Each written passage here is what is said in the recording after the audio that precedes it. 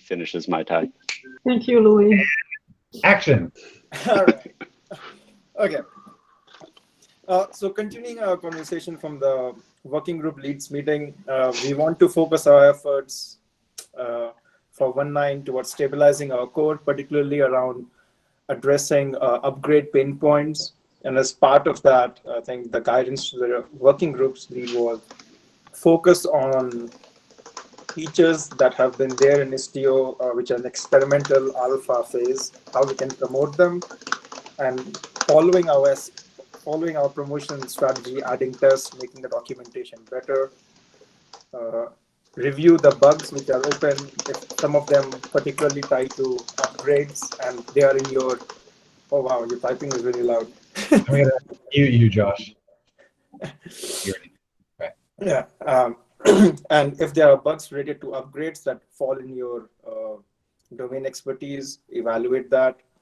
And then in general, look at the environment variables, annotations, and the entire cluster of things where users don't really know what they're getting into, but they use it, and then their upgrade breaks. So we can fix them by having better documentation, upgrade testing, but also create some tooling so that users are aware of, okay, you're using the feature which is experimental, so probably when you upgrade, it might break. So all of that encompasses basically our guidance, and hopefully the working group leads have been working on adjusting their roadmap to align with this. Yeah, a couple of other kind of points. I very much agree with what Niraj said. If there are APIs or features that you don't want to bring to stable that are experimental, it's also good to start getting rid of them. Right, because anything that's a latent option that a user might use is a support problem waiting to happen. So, starting that culling process, making assessments about what people are using. If you have users using experimental features, that's obviously dangerous, unless you really, particularly if you don't plan to bring it to stable. I think other things. We talked, there will be a dedicated effort around improving the upgrade process and stabilizing the upgrade process. That work is already kind of kicked off. And so we'll figure out how to make that, an ongoing thing with a clear remit within the community. Right now, you can kind of think of it as a tiger team, but it might become a working group. And then lastly, right, we know that there is functionality in flight that is not yet released. And working groups are going to want to progress that. You should kind of establish a budget, right, within your working group for how much of that you want to do in any given release. And if you think about any engineering process, I'll have 30% of my engineering effort on new features, 50% on maintenance and stabilization of existing features, 20% on issues and bug fixes and things of that nature. For the 1.9 release, we're asking people to shift the needle, right, more towards the things that we just brought up, and improving the stability of the product, the upgrade process, et cetera, et cetera. One good way to do that is to go and triage your bugs and make an assessment of, where the support issues for the feature set that the working group's own are.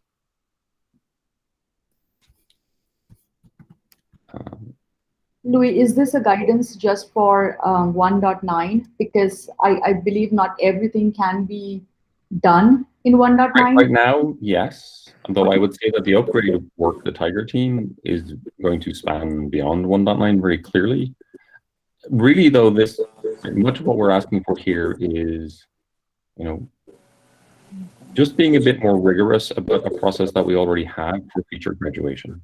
So that part, very specifically, is not just for 1.9.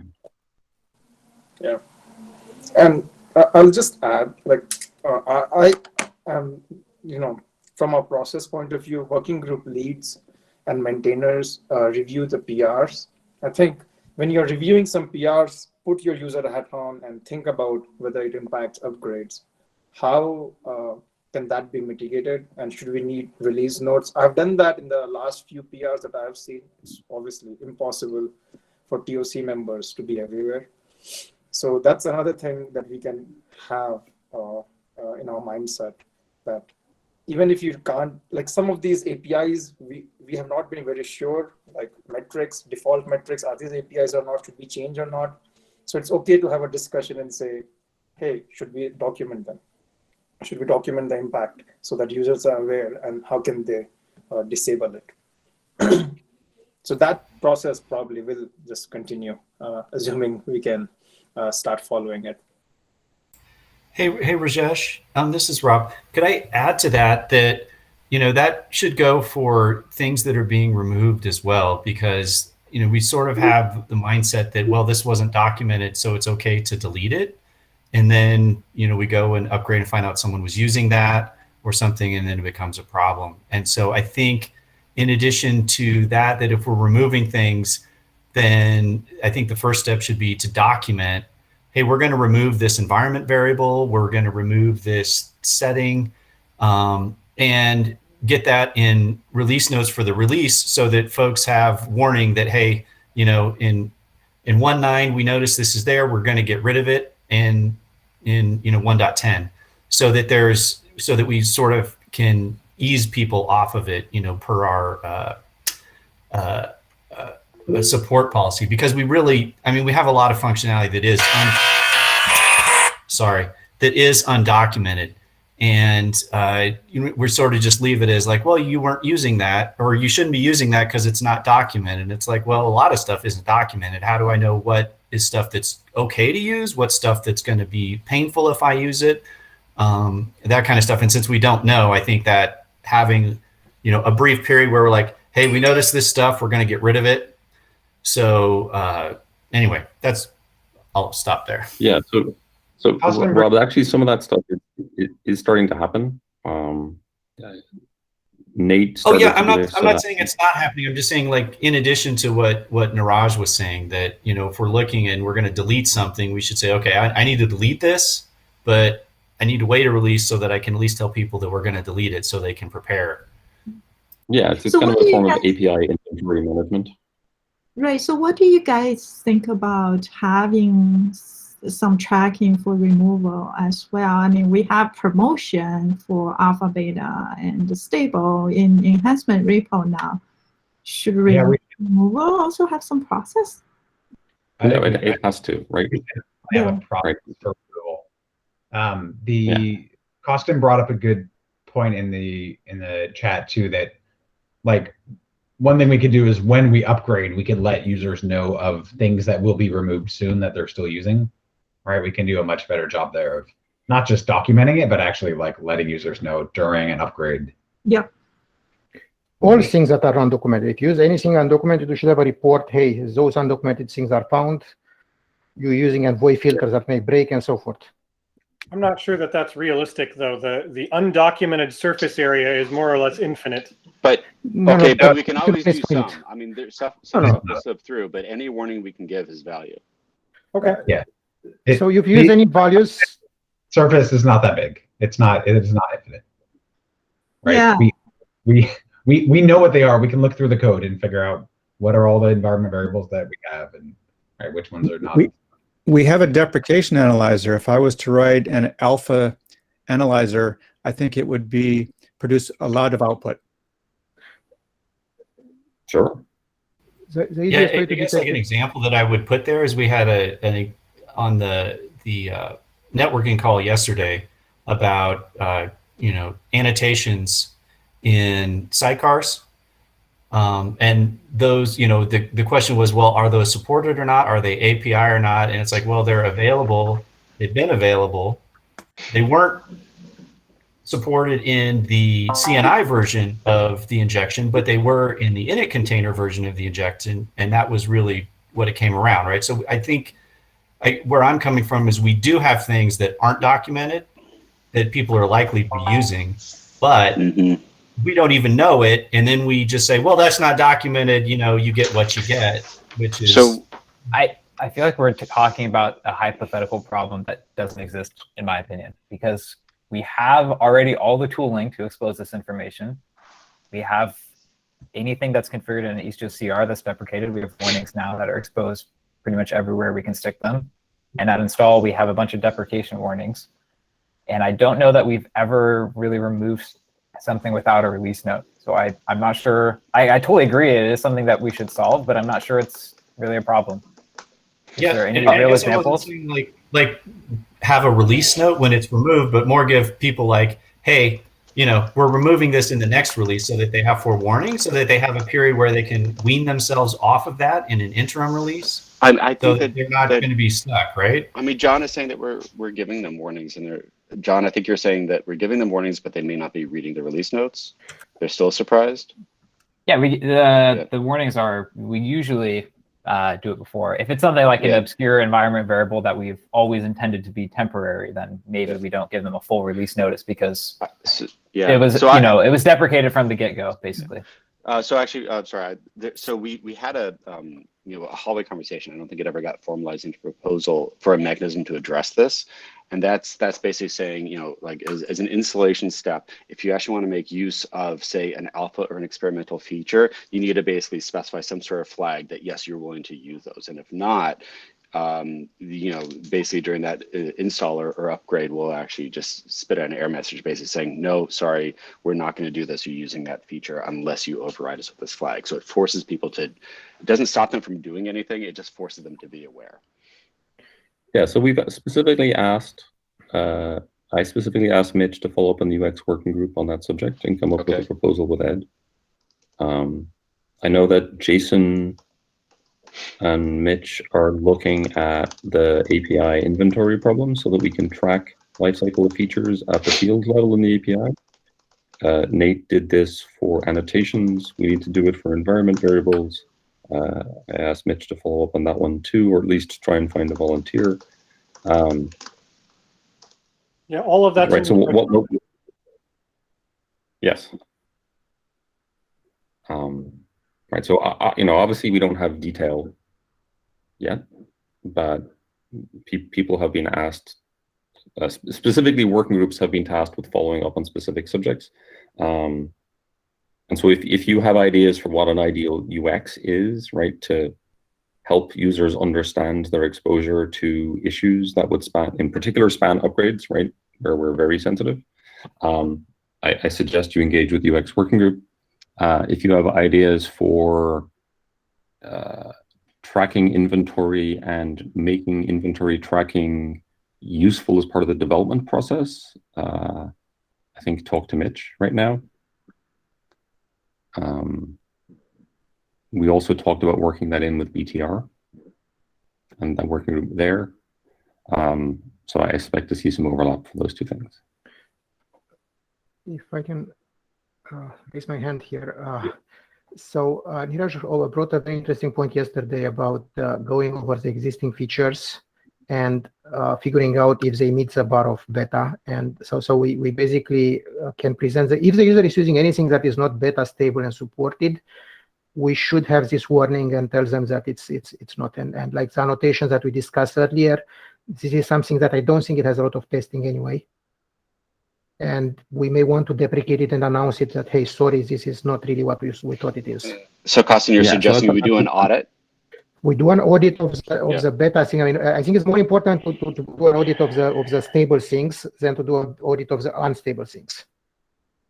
Because we know they already are unstable. They're not beta. Okay. Yeah, and there are degrees of stability. Some things are horribly unstable, right? Some things have no tests at all, even though they may actually be used, which is like those others are bad. Yeah. So this is all part of the API inventory management. And yes, one of the things I asked Jason to do is to be able to track that state, right? So that we can report on it and review it as a project. Which means that at some point, we're going to be following up with people like working groups who own APIs to go and fill in that assessment in detail. Yeah. And Costin, I'm not. I just need to make sure as a note taker that I'm getting this right. Costin, is this bullet right? Yep. Okay.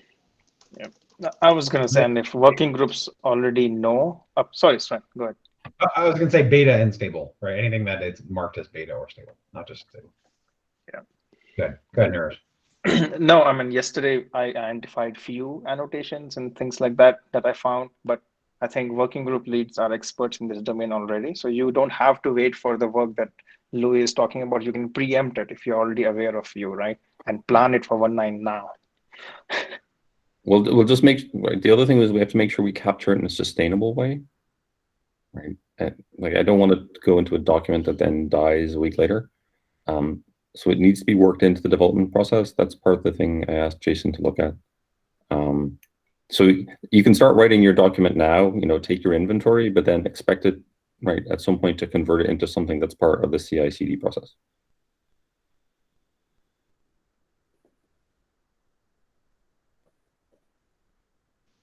Okay. Shall we move on to the next one?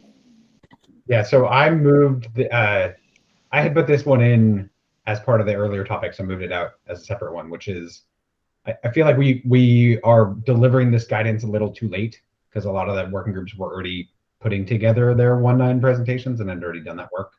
So we should establish as part of our process that TOC, as part of the TOC meeting before we go tell the working groups to create the roadmaps, that we figure out what our guidance is for the next release.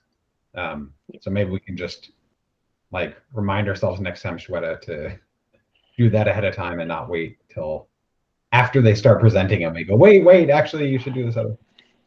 That's not very nice. Totally. Yeah, 100%. Yeah, sorry guys. We're sorry. I guess the question, a question, seeing as we have a pretty large group of folks here, what would be the ideal time for working groups? Do people have opinions? Like, is it a month before we ship the release that's in flight? Is it more than that? Is it less than that? Like, what would be the ideal timeline for getting that guidance?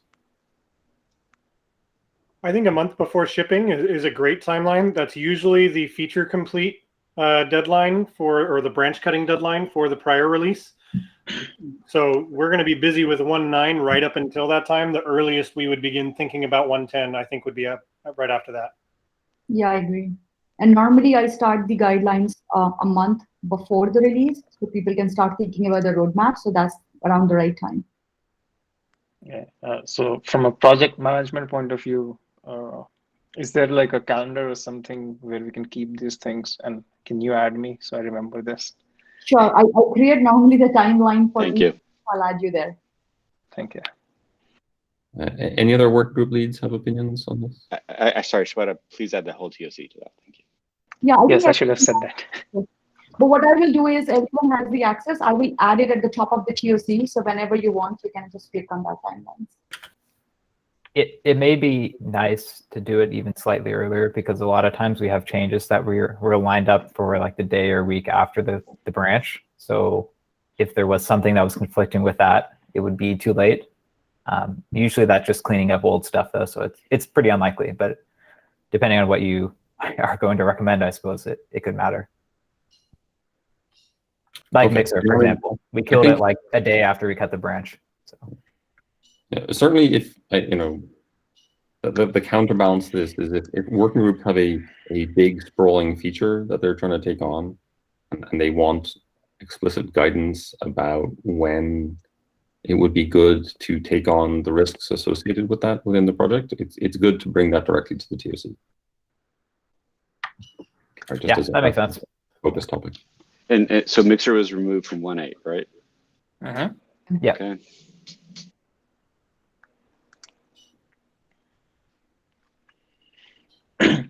So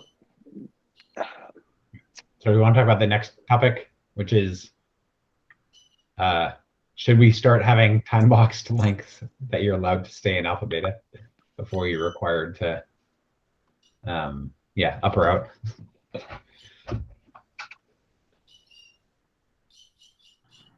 I'm not sure. Having an arbitrary time length makes sense, to be honest. I mean, it wouldn't be the case where if no one responds, we just evict the feature.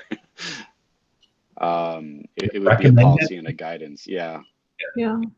I mean, the guidance could be rather long, like a year or 12 months, right? I mean, but because honestly, I hate to see a feature stuck in a particular state for a really, really long time. Right. Go ahead, John. Yeah, so Kubernetes is just something similar to this, but I don't think that we can just apply their policy. I was trying to find it. I couldn't find the exact details, but if I remember right, it's like you can't stay as an alpha API for more than, I don't know, some number of releases. But unlike us, they have like better versioning of their resources. So they go from alpha 1, then they go to alpha 2. Whereas for us, we don't really do that. So like that would be resetting the clock when they go to alpha 2, essentially. It also it seems like something like VMs, like that's alpha for, I mean, it's been, I don't know, like 2-3 years. Exactly. So it's, if we don't have like multiple stages of alpha, like the intent is that it's making forward progress, right? Yeah. Not that it necessarily gets out in 6 months or some arbitrary time. I think the key is people are still willing to work on it, and it's continuously making improvements with a feature like T-proxy, right? Nobody touches, nobody knows how to use it except 1 or 2 people. So those are potential good candidates for. Yeah, I think that the general goal is no stagnation for alpha, right? Right. Quite how we represent it, we can debate, but right, if you create an alpha feature and then nobody works on it after that, right? That's the bad state. And beta, right? Like we don't want things stuck at beta either. We want to actually get things to Yeah, I mean, we haven't done a good job of that yet, but I think that should be. So the stagnation has multiple dimensions. Probably time is 1, activity is 1, user uptake is 1. So we should define that at some point. But I like this idea. I mean, one thing we could ask the working groups is just as part of each release, tell us, like for anything that is not stable, right? What forward progress is being made in that release on it? I like that. Let's start tracking it. We can talk about them. Yeah, and also it would be interesting to know like how many user reporting issues on this, you know, are we fixing things for the user? At least there are progress in that too. So that's a good sign. That's why I think all the activity is both, right? Developer oriented and then user oriented, like the uptake that can come through just feedback as issues and other Slack and discuss activities. Should those be reported via retrospective when we do it for the release? That how well the feature did in terms of stability? So I think this topic is really important, but I'm not sure that it's urgent that we define it this week as opposed to 2 weeks from now. We do have 5 roadmaps to cover today. Yeah, it's not relatively okay, urgent. No, I totally agree. Yeah, I think we can just say let's try to have working groups start talking more about this, and yeah, we can keep the conversation going, but yes, it's not urgent.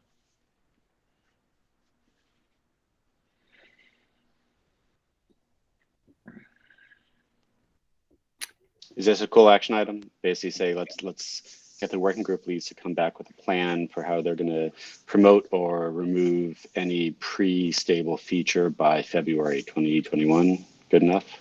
The plan, not the promotion by February. Yes, the plan. Sounds good. So are we skipping the next 2 topics and doing roadmap reviews now? Is that the plan? No, I think the last topic is a roadmap review. David, is your topic quick? I'll just 15 seconds. There's a doc here on Istio translations for istio.io. If you have some time, take a look at it and add some comments if you want to. That's all I'll say, so we can move on.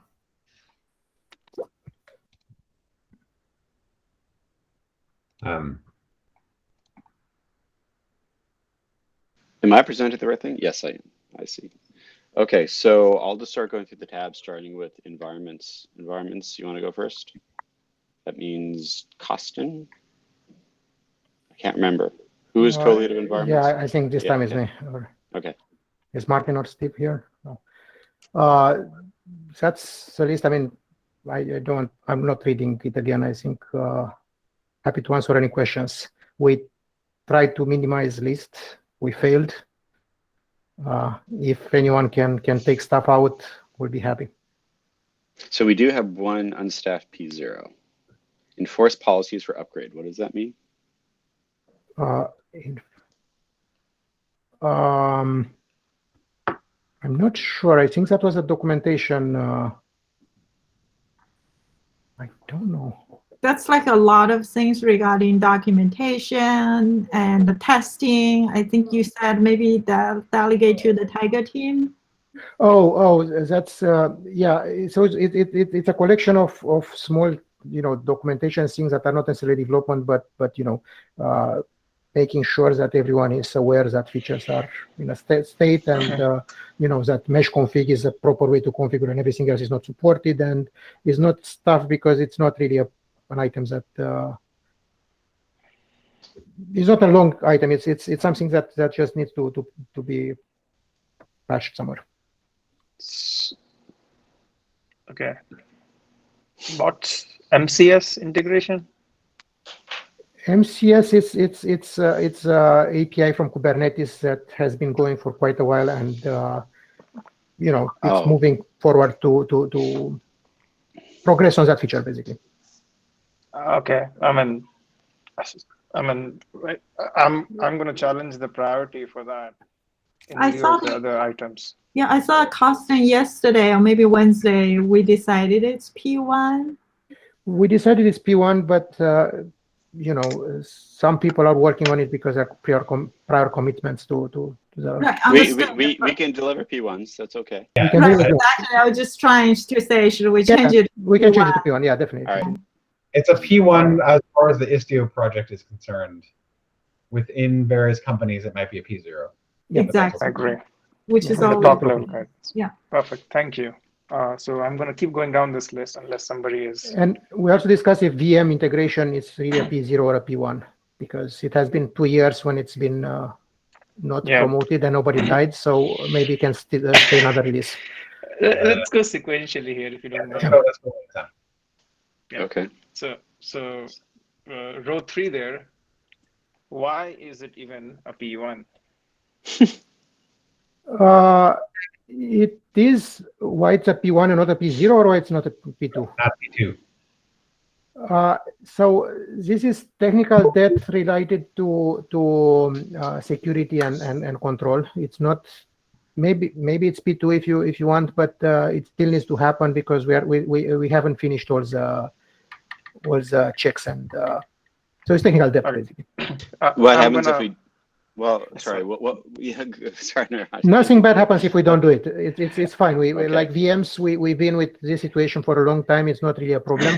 But with external Istio launching, which is item 7, it's becoming more and more important to secure the. So let me rephrase it in terms of a product owner goal. So the user case, the value to the user here is that their Istio in 1.9 suddenly becomes more secure. Yep. That sounds good. So what exploits does it prevent? Yes. It's about if you use Istio cattle, for example, you're a namespace admin and you use Istio cattle, some Istio cattle commands, you can only see your own namespace and things that you control, not stuff from other namespaces, which we technically guarantee and that we isolate, but we don't isolate so well. I would leave it as a P1 at least. P1 is good. Well, this topic here is very broad. That's why I was asking the questions. Yeah. I think if you scope it down to Costin, what you just said, it's about narrowing the visibility of Istio CTL utility. I can understand it better. Yeah. Right. We can do that one. Yep. I'm curious as to the involvement of Istio cattle here. This is not something that is on the UX roadmap or work that we're aware of. Are you hoping for collaboration there, Costin? Or? That's a good question. I don't know if for this one I mean. Well, you should do the filtering in the client anyways. Yes, the server needs to enforce it. So the Istio cattle will get the result that is already filtered, and you'll. That was the point. But if necessary, we can obviously work with UX working with it necessary. Okay. I would like this row to be refined whenever you get a chance, Costin, because we'll continue to ask the same Okay. question otherwise. Okay. Yeah, third one, I guess it looks like we discussed it, but we need an owner. That is the guidance here, right? We need to make upgrades better. I was going to say I would ask in the future to try to describe these a little bit better. Upgrade policies is Yeah, these are like mental notes to self. Maybe we can open the document, because the document has far more details. The environment working group. Let me. Okay. Each of them was long. It's a kind of a. Actually, Costin, why don't you take over the presentation? That'd be great. Let me give me a second. Keep asking the next question. John already sent it, Costin. Okay. Can you present? John, could you shoot that to me over GChat? Okay, never mind. Let me. Sorry. So basically, I have my iPad which got John's link, and then I have my laptop, which is Makes sense. Okay. Okay, I got it now. If you guys want me to present. Ah, shit.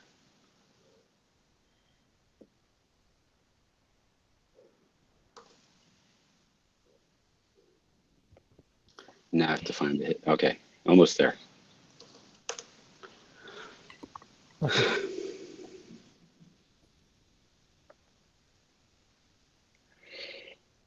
The one I know.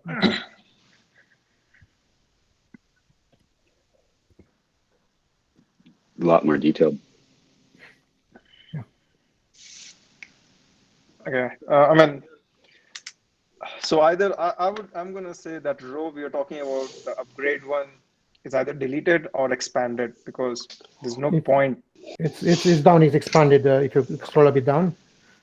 Yeah, that's. Show me where. Oh, here it is. Yeah. Right here, yeah. I see.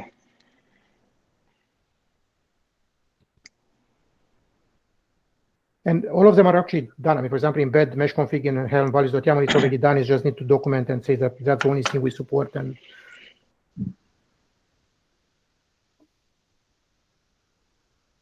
what does document mesh config policies mean?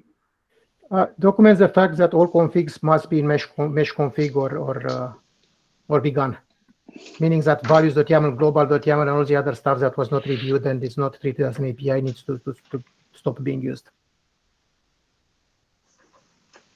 Okay, so this would be document plan for convergence on mesh config as the.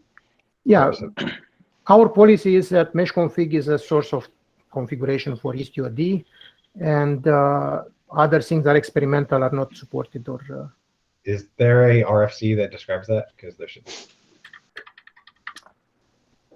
We can create an RFC, yes.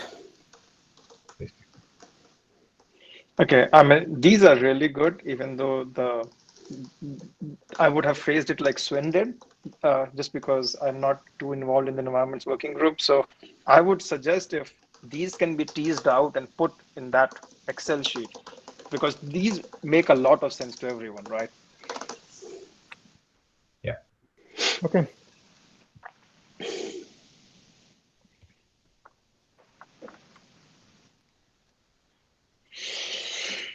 Okay, should I go back to?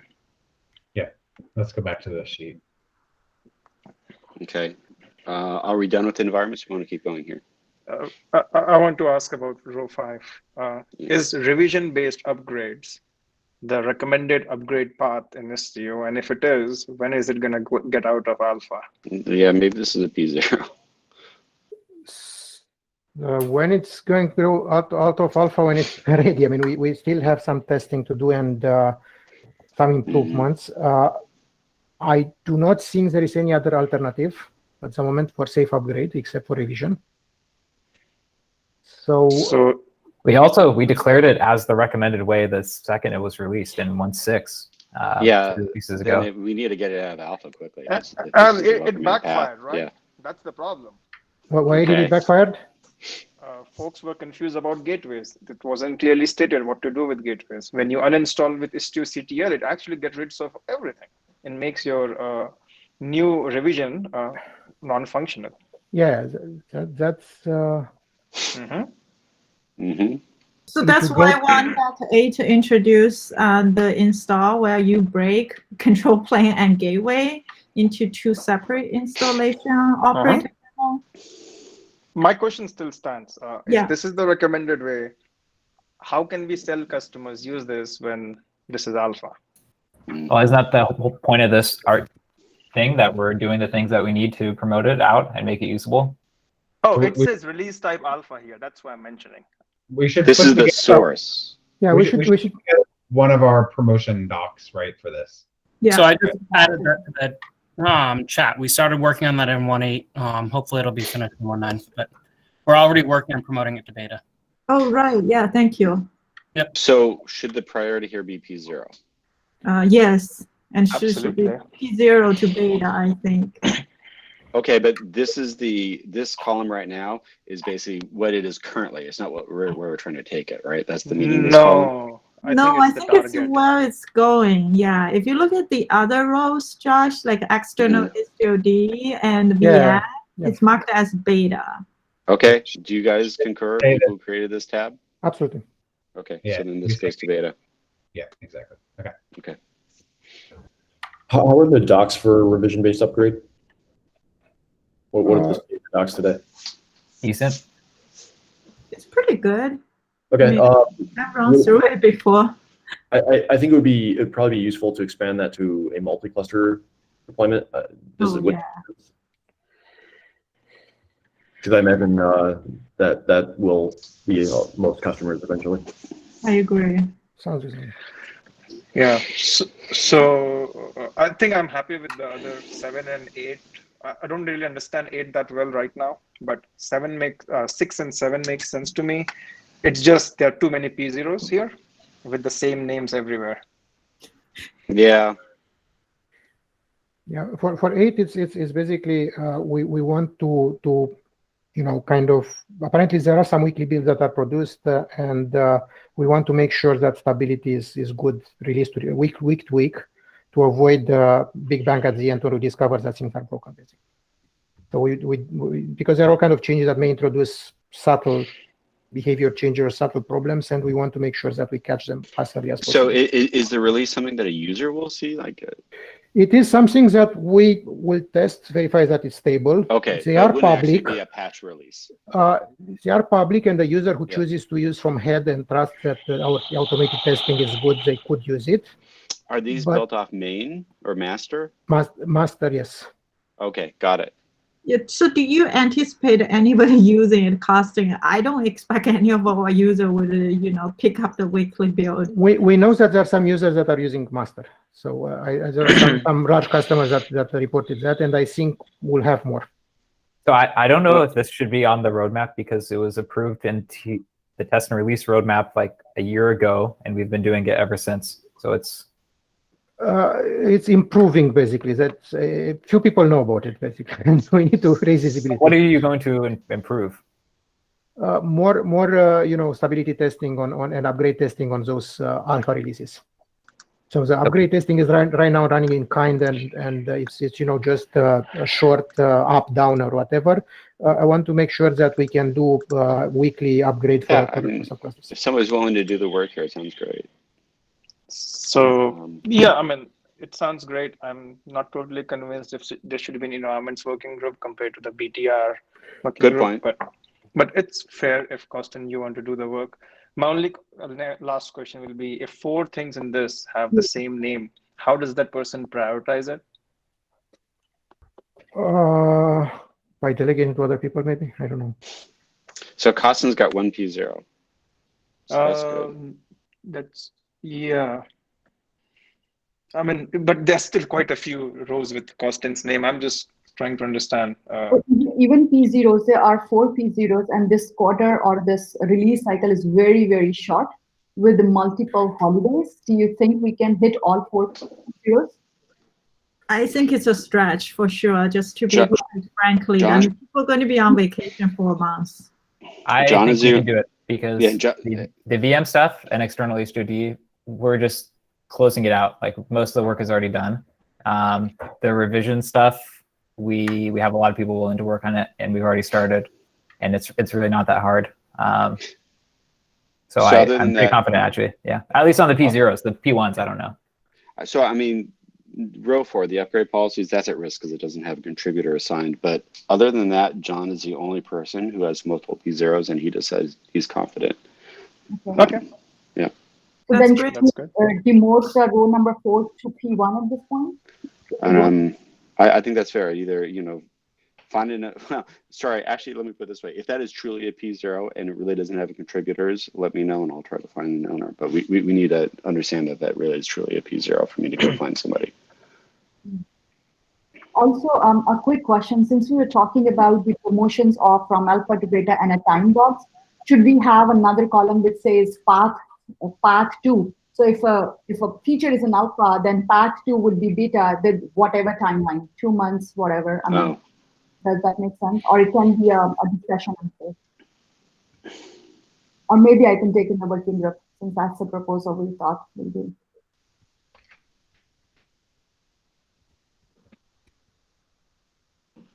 So the other, okay, so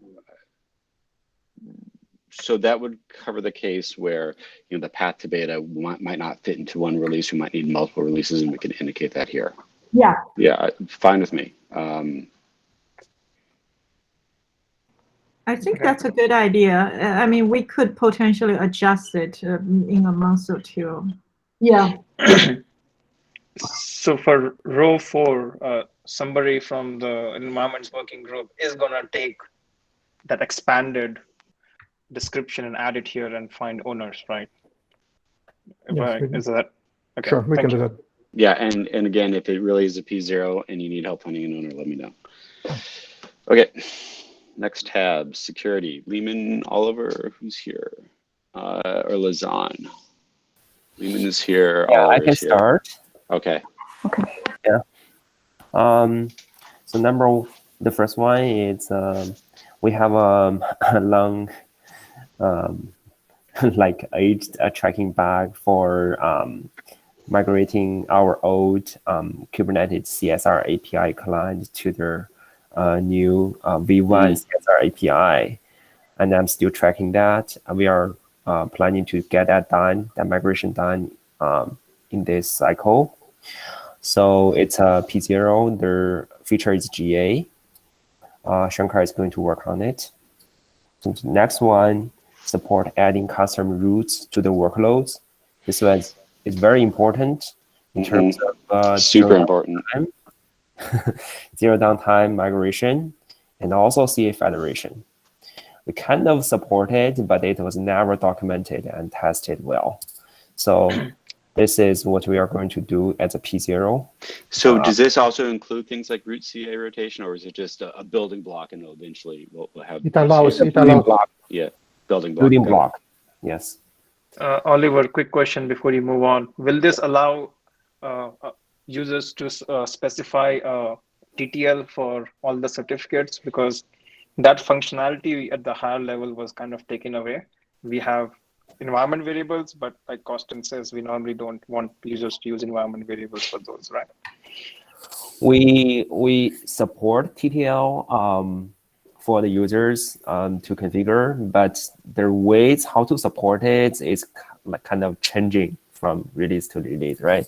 So we just need to, I think we still need to make the decision. We still need to support the customizable TTL, but how to support it is a question. We need a better way to support it, I agree. So it's in the category of experimental things. You mean well, it's experimental? I don't think it's in mesh config. So if it's not in mesh config, then it's an environment variable, and all environment variable by definition are. We took it away. It's a regression in that regards. You mean 1.8, you took it away from where? It used to be part of Helm values early on. As Helm support was removed, we got rid of, and we moved to SDS.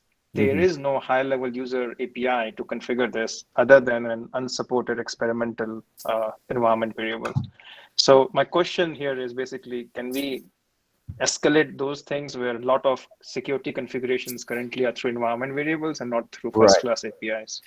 That's a good point. Yes, we definitely want to use their more stable APIs, mesh APIs to configure them instead of using environment variables. Yep. Sure, we can track that. We can add one more item there. Thank you. Sure. Li-Min, do you want to? Yeah, I can talk about this one. Yeah, so this is to support customer plugin authorization engine.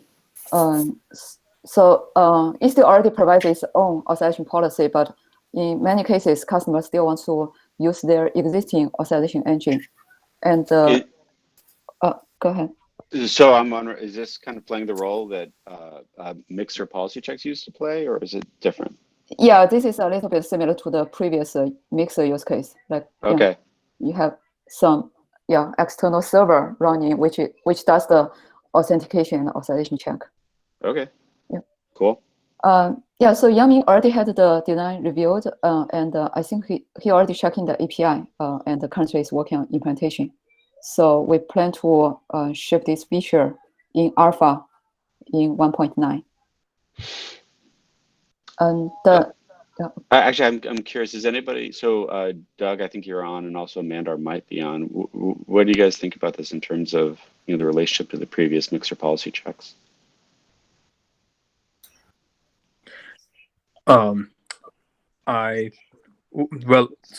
it's good because part of our like there is a work item in telemetry and extensions that is supposed to document things to move to, and the more things that we have, the better it is. So it is aligned. Yeah, I mean, my guess is the main thing we're losing. Well, I mean, we're restoring. We're basically restoring policy checks, but without the caching. So every policy check goes to an external service, right? And without all the optimizations. Yeah. Yes. Yeah. Okay. But yeah, let's not really sorry, that too right detailed. now. But yeah, we could. Okay. It's nice to see. Yeah, functionally it's good. Details we can discuss. Yeah. Okay. Yeah, at least for some use case, like it's not performance sensitive. For example, a user needs to log into go through OIDC flow to log in, then get a token to access the mesh. This kind of use case is not performance sensitive. Okay. Yeah. Hey, Lemon, is row 6 another name for BTS, or am I missing something? Good call. Yeah, that's a collaboration with the networking working group. I think, the contributor is also this Witten and Lisa. Okay, good. Yeah. Yeah. Can we just name it BTS though, because this question would help. Yeah. Yeah, we actually copied from the 1.8 plan, so we can change it. Thank you. Line 5 is better support for JOT authentication in Istio. So currently Istio, the standard authentication in Istio is to forward a Kubernetes JOT token to API server, basically called token reveal API. And we want to provide some native authentication mechanism in Istio. This will work well. This will support the case like a remote Istio case, in which case you cannot forward the request to API server. And also VM case will also be benefit. Will also benefit from this because the token you get is not always Kubernetes JOT. It could be other JOT. There is some existing code that exists, but we try to make this like formal feature to ship in 1.9. Can I ask why a security working group thinks this should be a P0 and how it aligns with our upgradability initiative? We make it P0 because we we actually plan to do it. So Yeah, again, you can deliver P1s. That's okay. yeah. If you don't think it's P0, yeah, we can make it P1. And Mimi, I'm also interested in your thoughts. We can take offline for certainly the relationship of this particular item with external Istio promotion, and how is it impacting the existing multi-cluster, which we also use in remote cluster without Istio inside of the remote cluster, which already reaches beta. Yeah, I think this will work well for that use case. Yeah, exactly. But, yeah, if there's a proposal, please let us know. But this is an alpha feature, proposed to be an alpha feature. I mean, the rest is beta, so probably it doesn't have any effect because we cannot use alpha and beta. I mean, you cannot. So we cannot depend on it, basically. So even if it reaches alpha, it's not something that external Istio or other things can depend on. Okay, until it goes to beta. Until it goes to beta. Yeah, it will be a new feature in 1.9, so yeah, we should mark it alpha. But speaking of alpha, beta, and upgradability, I think line 2, getting line 2 to beta, and that's the most critical thing for beta upgrade scenarios. We don't need to. This is not. You are talking about line 2, right? This is not. This is not a user aware upgrade. So it's configuration change. It's a configuration. Whenever a user wants to make a configuration change, they have downtime, and that's we see for many people as a problem with upgrades. They don't want downtime doing upgrades. We can test that. Yeah. The information I got from the Kubernetes team is this V1. Oh, sorry, line 3, not 2, sorry. Oh, okay. No.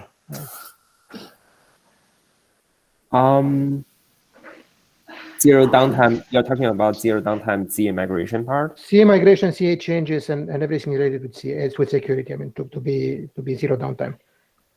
Yeah, our goal is zero downtime, right? So if we add one more route, it shouldn't cause any downtime. Yeah, I'm just saying to move it better and to have the kind of the top of the list, basically. That's my request. I think. Yeah. We all think it's very important. I think that's what Costin's trying to express. Yeah, exactly. But at the same time, we don't want to rush it and go to beta before it's ready, Yeah, that's the question. But if we can get it to that stability, that'd be fantastic. Sure. This feature has been available for a very long time. I mean, in reality, it's just that it's kind of broke and it lacks testing and. So it's alpha. Yeah. It is probably already alpha. Yeah. Okay. So just back to what Neeraj was asking, I think a couple of us just come from steering. So we look at what is the most important feature of the security work group. Certainly it's mutual TLS. So we would love to have your thoughts on, is there any plan to promote mutual TLS from beta to stable? Because we do believe that's I'm surprised it's not stable already. I was surprised. So you are talking about specific feature, right? Yeah, the pure authentication and auto mutual TLS. Service to service mutual TLS is already stable. Auto MTLS currently is marked as beta. Yeah. Okay, it makes sense. So there are so many features regarding to mutual TLS, right? Mutual TLS itself, like I'm talking about the third provisioning part, is already GA. But if you are talking about like mutual TLS, yes, we need to make it GA as well. Right. Yeah. To be honest, like we don't even give users an option to configure the TTLs. I don't even agree with the current status of it being stable. We give them the way to configure through environment variable. But yes, there are missing pieces there. I think probably we need to, in the previous releases, users can still configure it through the template, through their Helm. But now it's missing and we lost track of it. It's more like a bug.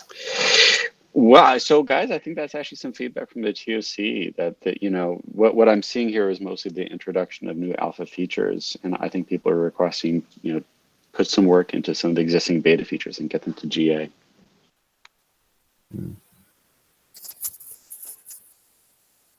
Yeah, I think that's we can track that as a bug fix. because previously it was feasible through Helm, but today when we move to mesh config, it's not there. So it's like more like a bug to me. I would say Well, I that think it's not just the, go ahead, Louis. Right. As good practice for progressing features to stable, right? Determining what API is used to configure that feature is an important consideration. So you know, saying that you use an environment variable to control a stable feature is going to raise eyebrows. Okay. So I think what you're hearing is that you should have an explicit roadmap item, which is progress feature X and feature Y to stable, or right, and they don't have to get there, but you should at least have them on your roadmap, right? Maybe it takes multiple releases to do that work. Sure. I think we just we were missing that like API level stableness there for. Well, that's like anecdote, right? Like Niraj gave you an example. Yeah, I have more, but it's not worth Right. going into I 9. think that's the meta point, right? Is you want to do a holistic assessment, right? And then do the work necessary to meet the goal, right? There is already documentation about what is required to be a stable feature. So you should assess the features you want to progress against that. Okay. And if I can add, mesh config is an alpha API, and there is no plan to move it. So, for example, trust domain, it's a perfect example because it used to be an environment variable, and then it was promoted to mesh config, which is an alpha API. But at some point, it needs to become a beta API, so to be somewhere in a proper API. Clearly, with mesh config being an alpha API, you know, do we consider all environment variables to be alpha or development? Experimental. All environmental, internal experimental, mesh config is alpha, and then beta APIs are beta APIs. Yeah, so at some point we would probably need to progress mesh config itself to beta, but maybe fields within it can remain alpha. That is something that Jason will be listening. That's a choice we want to decide, yeah. So we are over time, but I think I'll agree with Louis and Josh's suggestion that right now, this roadmap for me is skewed more towards introducing new features. And I think I would prefer holistic evaluation of the current state. Yeah. So, with that. So should we change some of them to be P1 and not introducing new features, but focusing on the maintaining existing features and the upgrade path? Is that the...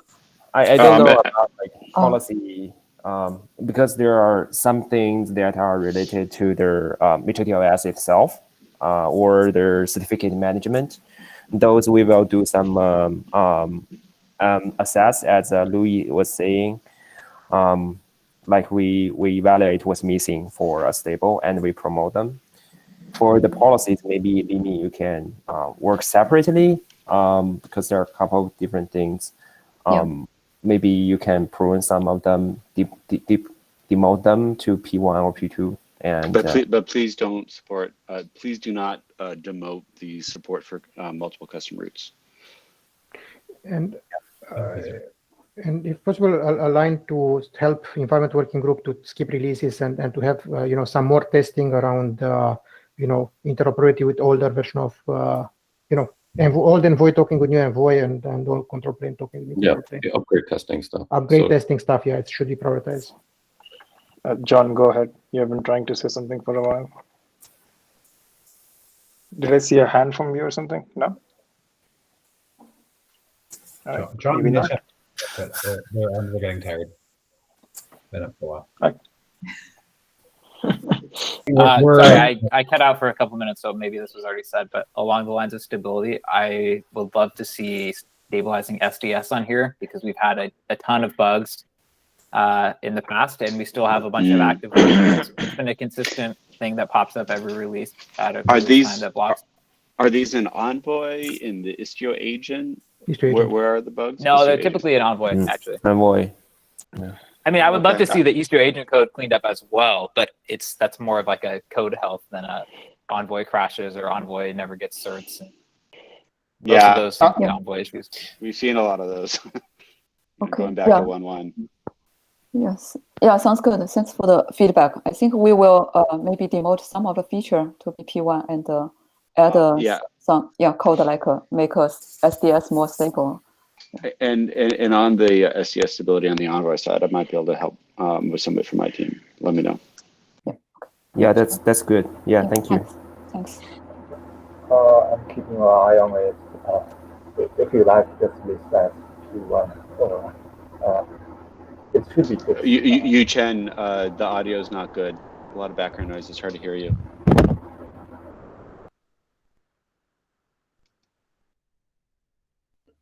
We're well over time. Okay. I'll wrap All right. We'll pick up with networking next week. Thank you. Yeah. We're on break next week. Not next week. Yeah, no meeting next week.